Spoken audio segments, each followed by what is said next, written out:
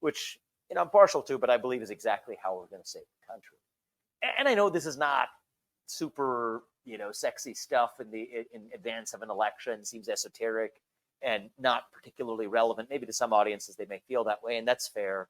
We gotta beat the libs, and I get that, and I'm all in for that. By the way, spending a lot of my time and energy defeating Democrats, and not just the level of the presidency in the White House, but in down ballot races too. I'm working hard even here in my home state in Ohio. But I just think when we're working so hard, it's worth understanding and occasionally pausing to remember the why.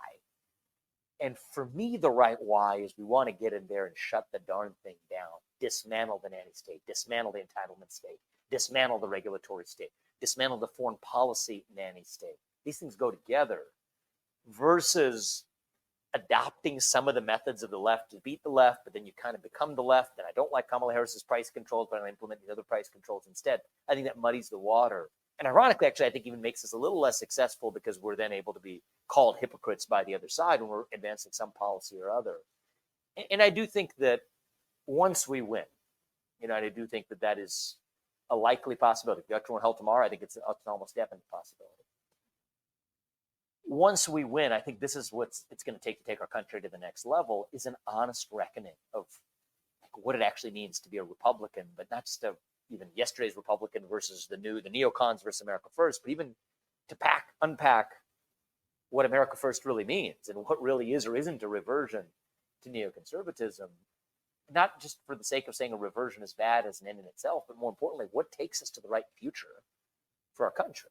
But I think making America greater, that's what our creed has always been, making America greater than it's ever been. That's what the pursuit of excellence, the pursuit of a more perfect union has been all about.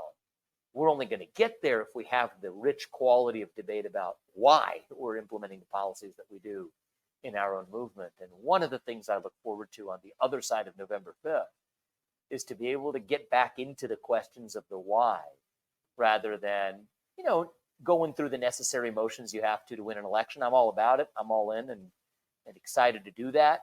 I'm doing my part of it. You guys probably see me on the road. I'm traveling, way too much than is desirable from a family perspective to help make that happen.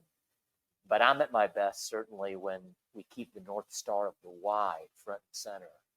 And I think on November 6th, when we wake up, hopefully, to a victory, we will be ready not to just rest on our laurels, but to stay sharp by having this debate about what the future of America First is really all about. And that is part of why I wrote this book.